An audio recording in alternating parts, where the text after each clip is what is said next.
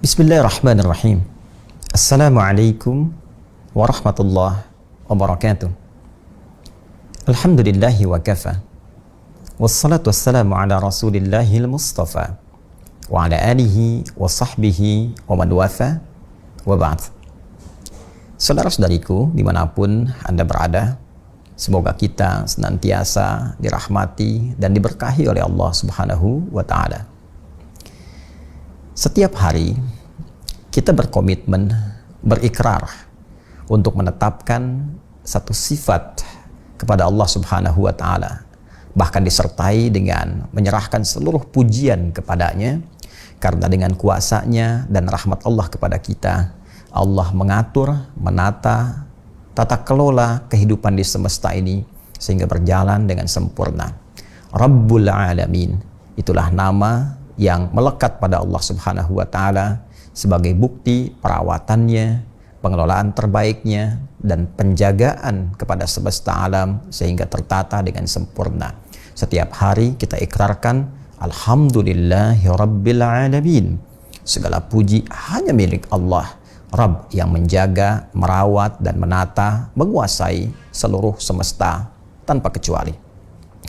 Di antara bentuk penjagaan Allah kepada semesta ini yang melahirkan maslahat sekaligus bentuk kasih sayang terhadap seluruh hambanya adalah dengan mengatur cuaca yang melahirkan manfaat, keberkahan, kebaikan, baik bagi tumbuhan, tanah, manusia, atau bahkan alam seluruhnya.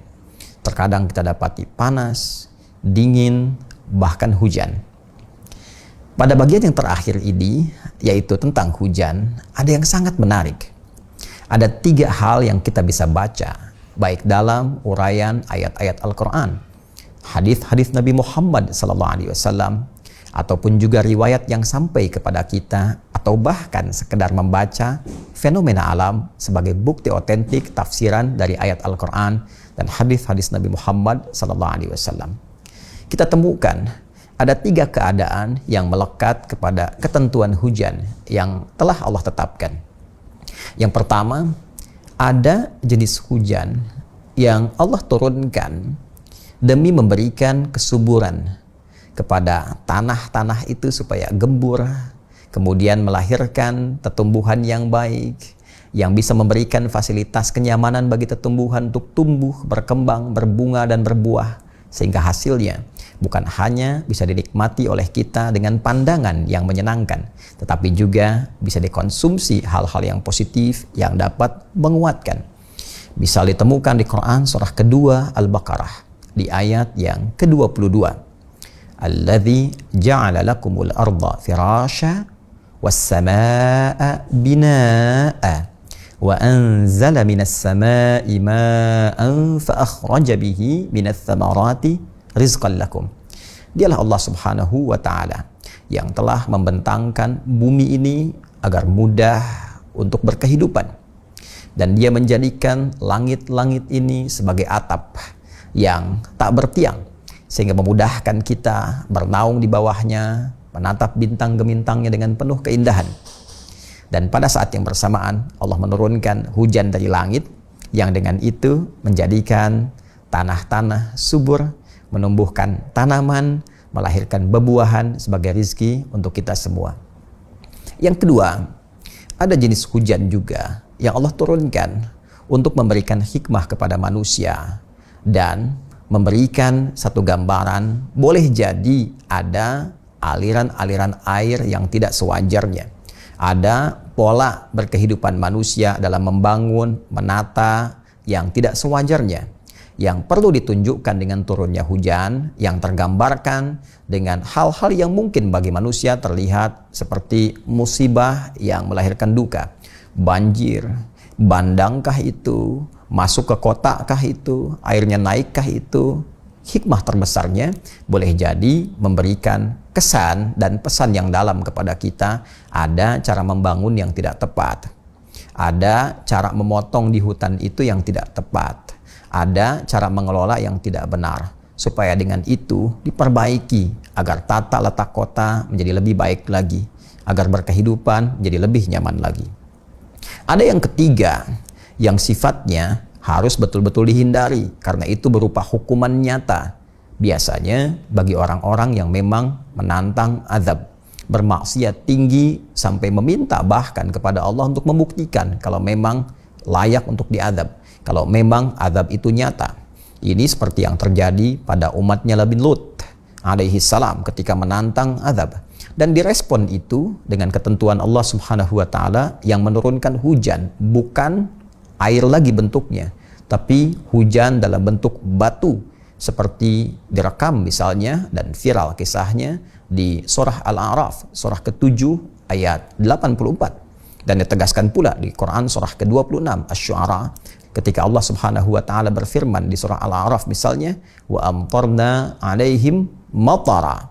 Pun demikian di surah Asy-Syu'ara dibuka dengan kalimat yang sama, wa amtarna 'alaihim matara, dan kami turunkan bagi mereka apa yang mereka mintakan berupa hujan tapi berbentuk bebatuan. Di Al-A'raf, fanzur kaifa kana aqibatul mujrimin, maka silahkan kalian lihat bagaimana akibat dari para pendosa yang meminta azab itu. Dan di surah Asy-Syu'ara ditegaskan, inilah bentuk terburuk dari apa yang diturunkan dari langit karena dimintakan berupa azab. 3 bagian ini menariknya oleh Allah Subhanahu wa taala, kalimatnya pun dibedakan. Diksinya sangat sempurna, presisinya tinggi. Ketika menurunkan azab dengan kalimat wa amtarna, jadi amtara yumtiru. Ketika menumbuhkan tumbuhan, bebuahan, menggunakan diksinya alma. Wa anzala minas samai ma'a. Dan ketika itu semua diatur pun dengan aturan-aturan yang baik, khususnya tentang pengaturan hujan, cuaca, terkadang di sini deras, terkadang di sini rintik-rintik, itu menggunakan kata ghaith. Seperti di Quran surah ke-31 Luqman ayat 34. Innallaha 'indahu 'ilmus sa'ah wa yunazzilul ghaith.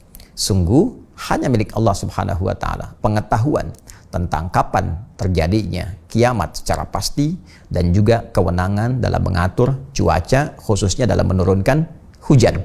Diksinya menggunakan kata yunazzil, nazzala yunazzilu, untuk menunjukkan satu tahapan-tahapan yang terukur. Satu hal yang diturunkan dengan presisi yang sangat tinggi, yang terukur. Di sini boleh jadi butuh untuk menumbuhkan tanaman, maka dikasih hujannya misalnya yang sesuai dengan kebutuhannya. Yang sini butuh deras, ya. Yang di sini butuh memang curahnya sangat tinggi untuk menunjukkan ada yang tidak tepat dalam pengelolaan tata kelola di kehidupannya, tata kelola kotanya, tata kelola tempatnya dan sebagainya. Itu kadarnya sangat menarik ketika Allah turunkan. Bahkan kadang-kadang ada satu tempat yang seperti lokal hujannya. Ini hujan, di sini tidak. Nah, teman-teman, dari 3 hal yang tadi diungkapkan itu, termasuk pengaturan hujan ini, terkadang dalam berkehidupan kita memohon kepada Allah, ya Allah, di sana yang tidak tepat, tapi di sini banjirnya datang. Ya Allah, jadi kami berharap hujan, tapi belum turun, sehingga tanahnya gersang, cuacanya panas. Bagaimana kami memohon kepadamu agar Engkau berkenan menurunkan hujan? Ya Allah, ini hujannya terlampau deras, ya Allah, kan? Memang mungkin Kau ingin tunjukkan kepada kami, tapi kami mohon ya Allah, kami sedang mengaji misalnya, ya Allah, kami sedang menata aktivitas, ini hujannya belum berhenti 3 hari, 4 hari, 5 hari, karena terkadang hikmah Allah itu yang diturunkan. Ketika ada satu peristiwa, kemudian Allah berikan secara umum, hujannya terjadi, luas menimpa, ada banyak hal yang bisa dipelajari. Salah satu hikmahnya adalah supaya membangun taqarrub kita, kedekatan kita kepada Allah untuk meminta. Maka di antara hikmah itulah diajarkan oleh Nabi SAW dalam hadis yang sahih. Di Al-Bukhari khususnya, nomor hadis 1013. Lebih tepatnya lagi di kitab yang ke-15, topik yang ke-15, Kitabul Istisqa, subbab atau subtopik yang ke-6, ya. Di nomor hadis 1013 kita langsung lihat, ya, ini salah satu jenis cetakan di Sahih Al-Bukhari, ada 3 jilid, ya. Yang 1 jilid juga ada khusus, ini ada syarah singkatnya, sedangkan nanti yang 18 jilid ada juga syarahnya dari Ibnu Hajar Al-Asqalani, dikenal dengan Fathul Bari. Tapi insya Allah tidak akan ada perbedaan. Nomor hadis 1013 ya. Di sini halaman 440 ya. Baik ya, yang ini Kitabul Istisqa. Jadi topik yang ke-15, subtopik yang ke-6. Babul Istisqa fil Masjidil Jami'. Bab meminta hujan yang dilakukan di Masjid Jami'. Hadis ini, teman-teman, saya akan batasi kepada satu kejadian dulu karena hadisnya cukup panjang. Bagaimana cara meminta kepada Allah bila terjadi hujan deras? Yang sekiranya kita sedang mengerjakan satu aktivitas, misal seperti sedang mengaji yang positif sifatnya. Hujannya deras sehingga berpotensi misalnya ya mengajinya tidak sempurna. Bisa basah, kuyup, sedangkan masyarakat yang datang mengaji itu cukup banyak misalnya. Ya, maka di sini diajarkan cara memohon kepada Allah agar sekiranya bisa memalingkan hujan itu ke tempat yang lain dan tidak menimpa kepada kita yang tengah mengaji, tengah belajar, tengah mendekat kepada Allah atau kepentingan-kepentingan baik lainnya. Sepanjang itu diridhai oleh Allah Subhanahu wa taala, bukan karena kepentingan maksiat atau yang sia-sia. Maka di hadis ini diajarkan kepada kita, hadisnya dari sahabat Anas bin Malik radhiyallahu taala anhu, di antara sahabat terdekat. Ya, dan beliau termasuk asisten Nabi sallallahu alaihi wasallam. Dikisahkan oleh beliau bahwa satu kali, ini secara singkat saja, datang seorang lelaki di hari Jumat ke masjid Nabi sallallahu alaihi wasallam sedangkan Nabi sedang berkhutbah. Ya, kemudian dia masuk pintu yang langsung berhadapan pintunya dengan mimbarnya Nabi sallallahu alaihi wasallam. Lalu ketika itu orang ini karena hajat sifatnya darurat, ya ada hajat yang sangat penting, kebutuhan mendesak, karena di tempat beliau itu terasakan ya keadaannya hujan terus-menerus selama 6 hari, dikisahkan selama 6 hari. Ya kan? Lalu memohon kepada Rasulullah untuk berdoa kepada Allah Subhanahu wa taala agar kiranya Allah itu ya dengan kuasanya bisa memalingkan hujan itu ya ke tempat yang lain sehingga di tempatnya berhenti hujan dan bisa mendapatkan satu kesempatan untuk menata aktivitas kehidupan yang kiranya tidak bersamaan dengan hujan yang terus berlangsung itu. Lalu bagaimana respon Nabi sallallahu alaihi wasallam? Ya, saya bacakan dulu supaya kita paham redaksi hadisnya. Bismillahirrahmanirrahim. Thumma dakhala rajulun min dhalikal bab fil jumu'atil muqbilah ورسول الله صلى الله عليه وسلم قائم يخطب فاستقبله قائما فقال يا رسول الله هلكت الأموال وانقطعت السبل فادع الله يمسكها.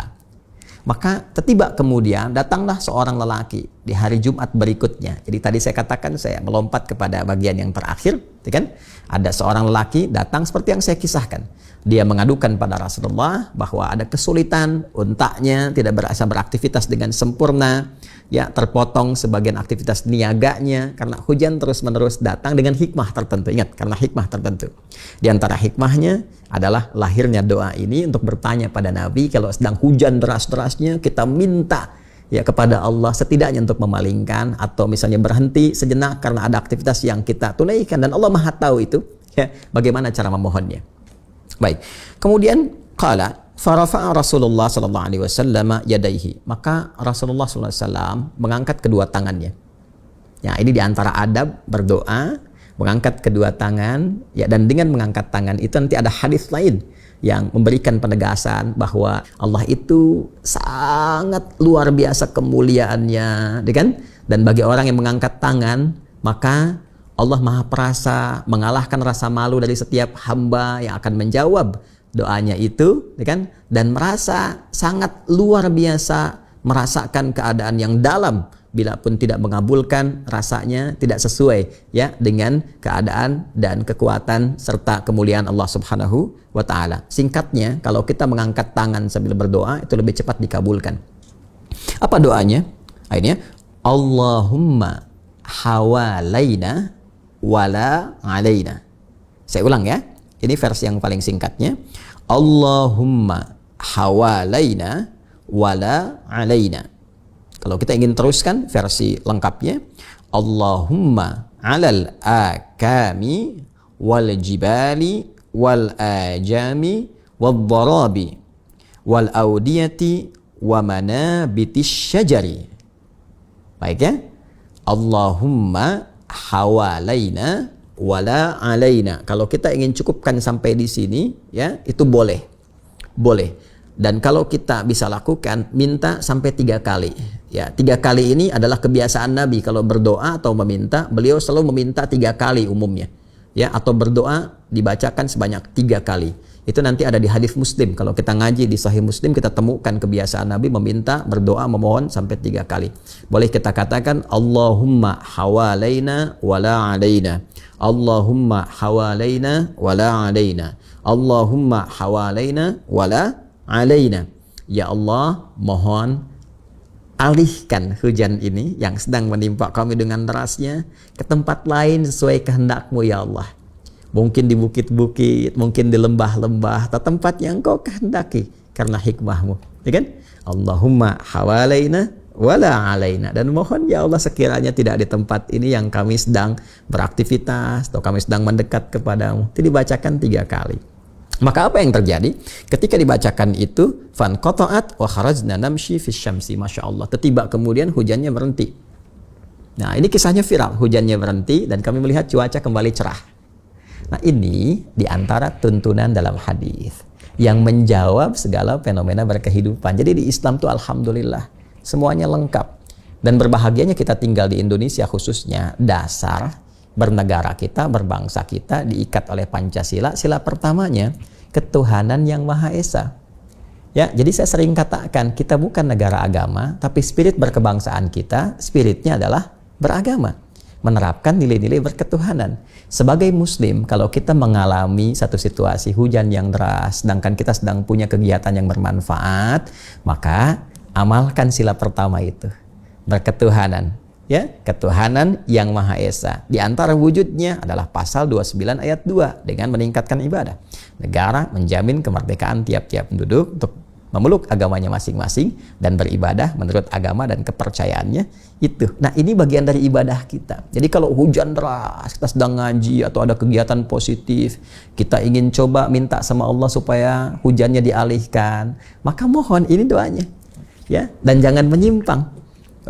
Misal kita gunakan perangkat lain yang justru bertentangan bukan hanya dengan ayat, dengan hadis. Ini bagi Muslim ya, bagi seorang Muslim. Jadi ini khusus tuntunan bagi orang Islam yang ada di sini pedomannya.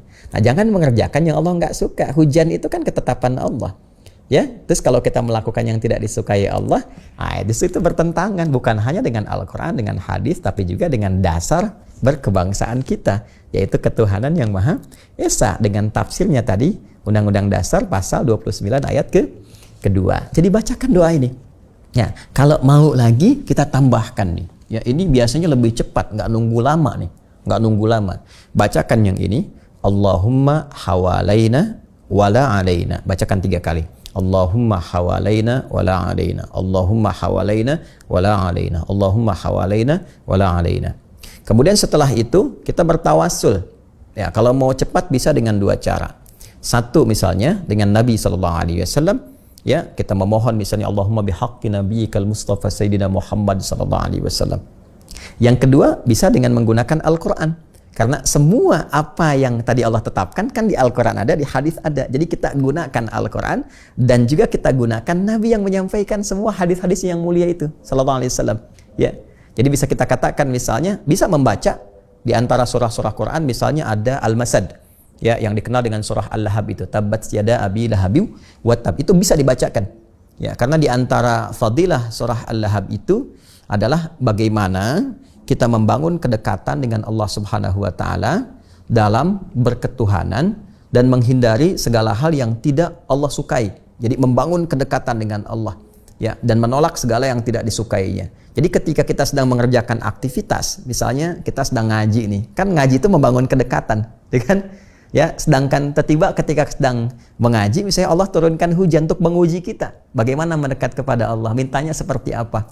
Nah, itu boleh misalnya digunakan surah Al-Lahab atau Al-Masad. Bacakan 3 kali juga. Tabbat yada abi lahabi wa tab ma aghna anhu maluhu wa ma kasab, sampai dengan selesai. Bisa gunakan Quran surah 9 At-Taubah ayat 122.